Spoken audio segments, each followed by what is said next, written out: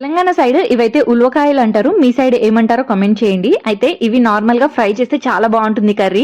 కానీ మా వారు కొంచెం పులుసులాగా చేయమన్నారు. సో, ఇక్కడ నేనైతే పాన్‌లో ఆయిల్ వేసుకొని ఆనియన్‌ని కొద్దిగా పేస్ట్ లాగా చేసుకున్నాను. మరీ మెత్తగా కాకుండా కొంచెం కచ్చా పచ్చాగా చేసుకొని, అది మంచిగా లైట్ గోల్డెన్ బ్రౌన్ అయ్యాక అందులో అల్లం వెల్లుల్లి పేస్ట్, పసుపు, ఉప్పు, కారం, ధనియాల పొడి, గరం మసాలా అన్ని మసాలాలు ఫస్ట్ మంచిగా ఆనియన్స్‌తోని పాటు ఫ్రై చేశాను. ఆ తర్వాత ఉలవకాయలు వేసేసుకొని ఒక 2, 3 నిమిషాలు మంచిగా ఫ్రై అవ్వనివ్వాలి. అందులోనే కొద్దిగా పుదీనా కూడా వేసుకొని, ఒక 10 నిమిషాలు మూత పెట్టి పెట్టుకున్నాను. మంచిగా ఫ్రై అయిపోయింది ముక్క అన్నప్పుడు, ఇక్కడ కొబ్బరిని నేను పేస్ట్ లాగా చేసి పెట్టుకున్నాను. కొద్దిగా వాటర్ ఎక్కువ వేసి పేస్ట్ లాగా చేసుకున్నాను పచ్చి కొబ్బరిని.